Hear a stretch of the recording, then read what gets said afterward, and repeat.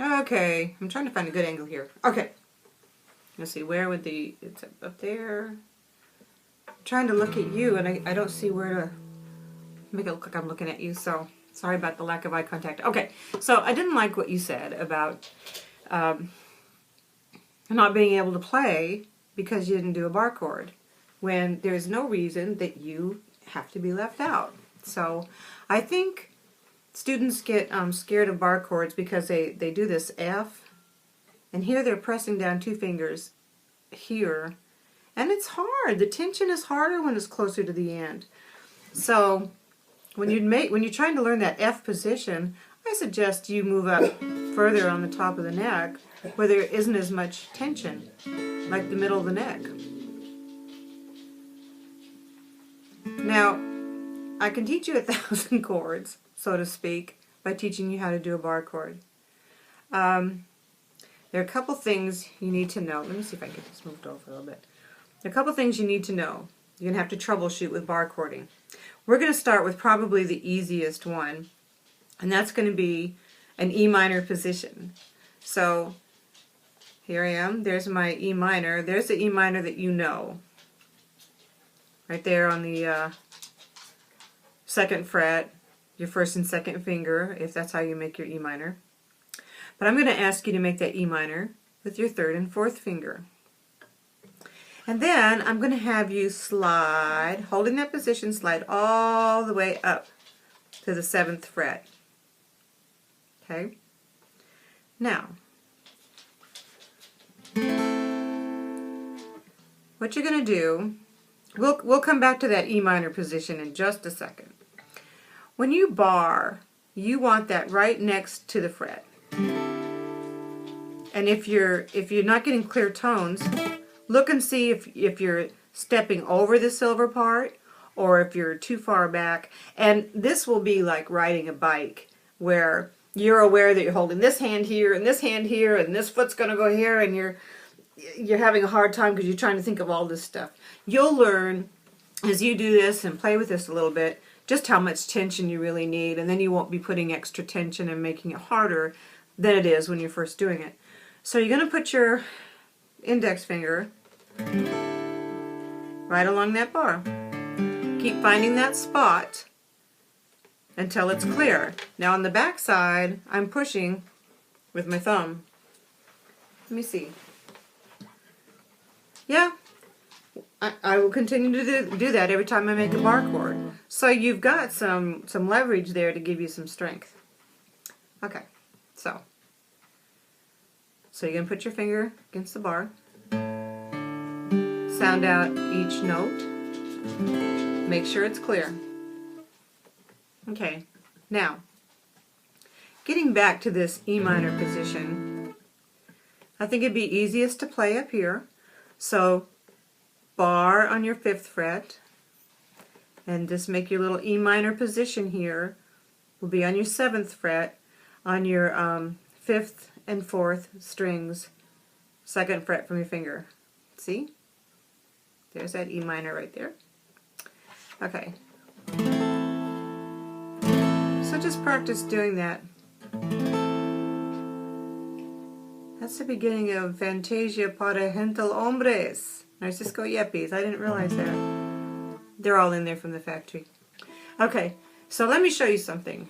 I don't know what you know about the keyboard, but if you're majoring in music, they'll have you take music classes because the piano is linear and you can see exactly what it is you're doing. With the guitar, it's so inverted that you can't visualize it very well. But now, I know Jeff plays some piano. If you're not already familiar with the piano, you have some keys that are close together, right next to each other, and the rest are a space apart. Well, the guitar is the same. So it would be like, let me just show you. Your top string is an E. I'm playing this string. E and F and B and C are always together, right next to each other. So if I play E and then I fret the first fret, I have an F. The next note will be an F sharp, or a G flat. The next note will be a G. We're going to go 2 notes up, A, 2 frets up, B, and remember I said B and C are right next to each other? There's your C. Okay. Well, how does that affect you with the E minor? Well, look at this. We have an E minor chord. And we know that E and F are right next to each other. So watch what I'm going to do.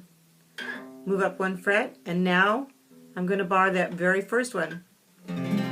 So I've got the same positioning, but I moved everything over 1 fret. Well, if E and F are next to each other, that makes that an F minor. Cool, huh? Next one would be an F sharp minor. The next one, a G minor. Go up 2, A minor, same as this one. A minor. 2 more, B minor. And because B and C are next to each other, C minor. That's just from learning a bar chord with one position that you already know. Let's try this. Well, you're going to need to know a B flat. So let's get that one. Here's your A chord. Right? If I move it over 1, sounds kind of flamenco, doesn't it?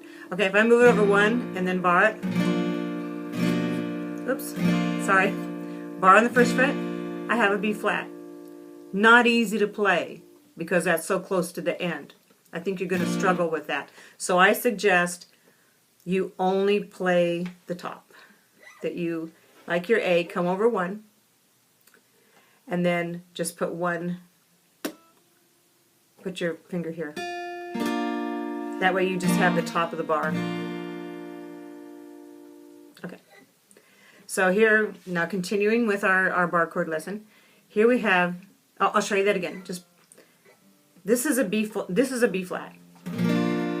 Don't bother with these, with the bass notes.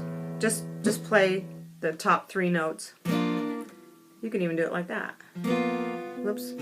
Make it nice and easy for yourself. Okay. We have an A chord. I'm going to move up 2 and bar. See how they're, I've got a fret in between them. Okay, so we were an A. Come up 2, we've got a B. B and C are next to each other, so we only scoot over 1 fret. And we have a C. 2 more, voila. We have a D. 2 more, an E. And because E and F are next to each other, we just come up 1 and we have an F. And we can just keep on going up the neck doing this. Remember that F that we had here? That is actually the top notes for a full bar chord. Just like you had, okay, here you have your A, and then you barred, you come up 2 and you had a B. Well, now we can do the same position with that A minor that you've been playing for years. Come up 2 frets, bar. You've got that B minor you've been seeing on the paperwork. Come up 1 more, because B and C and E and F are next to each other. Now you have a C minor. 1 more, you have a C sharp minor. Come up here and you have a D minor. Okay. Now we come down here and we have that E that you used to play in, right? Well, we want to free up this finger because we've been playing that. When we were first learning, we played the E using our 1, 2, and 3 fingers. Well, now we're going to switch that. We're going to use 2, 3, and 4. We're going to scoot over 2 and bar.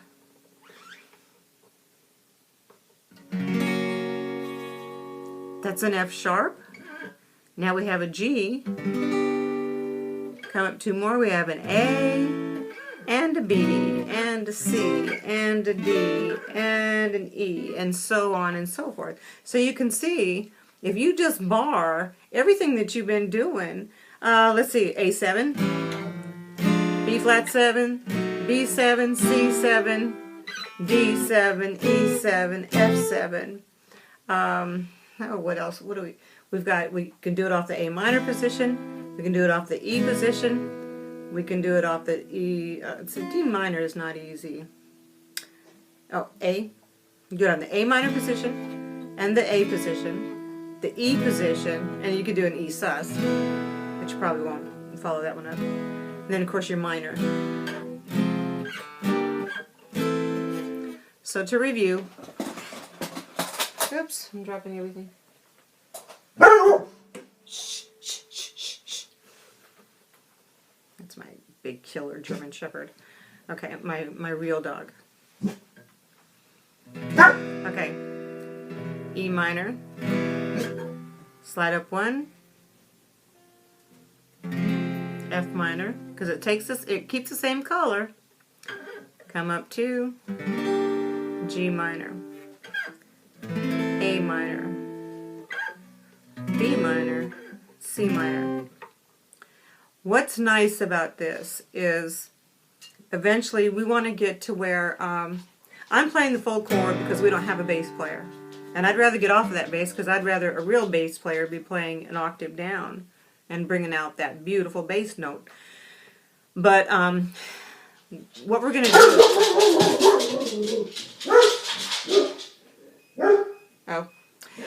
What we're going to do is we're gonna play opposite registers of each other. So where I'm playing G down here, you can play a G up here. Well, look how I did that. See how we have a D chord? That's a D chord, just played another way. Here's your regular D chord. Well, I barred all 3 of them and just did that one note. Okay, so that's a D. Come up 2 more, that's an E, F, G. So if I'm playing a G down there, you can be playing a G up here. And it sounds really nice. It really expands everything. Now I know that I covered a whole lot of stuff in just one lesson. If you want chord charts, I'll give you chord charts. But it's using the A minor position and the E minor position, the A position and the E position. Those are the main ones. And so you might want to give that a shot. Don't be discouraged. It takes a while. It takes a while to get that tension just right so that's all clear. Some tend to kind of lift up in the middle a little bit and get kind of muted, or they're pressing too hard or too soft. They're not angled or they're not pressing in the back right. You're going to have to get the right feel for it. And if you have any questions, let me know. Okay. Good luck. And this will free up a whole lot for you. Again, don't worry if it's a lot to do. Just like your A, come up 2 and put that note there. And that's that B flat that you're going to need for the worshipper's Kaddish. That's real nice. How easy to come into the D minor. I think you know that one. If you're having a really hard time because you have double strings and it might take more strength, maybe you might want to consider taking off those extra 6 strings for a while. And if you'd like, and take advantage of getting lessons and getting all this stuff done. Because, you know, you'll learn it easier with just the 6 strings, and then when you're ready, when you've got the feel for it, then you're ready to take it to a 12 string, which I don't think of a 12 string when I think of bar chords, but haven't been around 12 strings that much, to tell you the truth. I know they sound real pretty, but you might think about that. So, anyway, if you have any questions, let me know.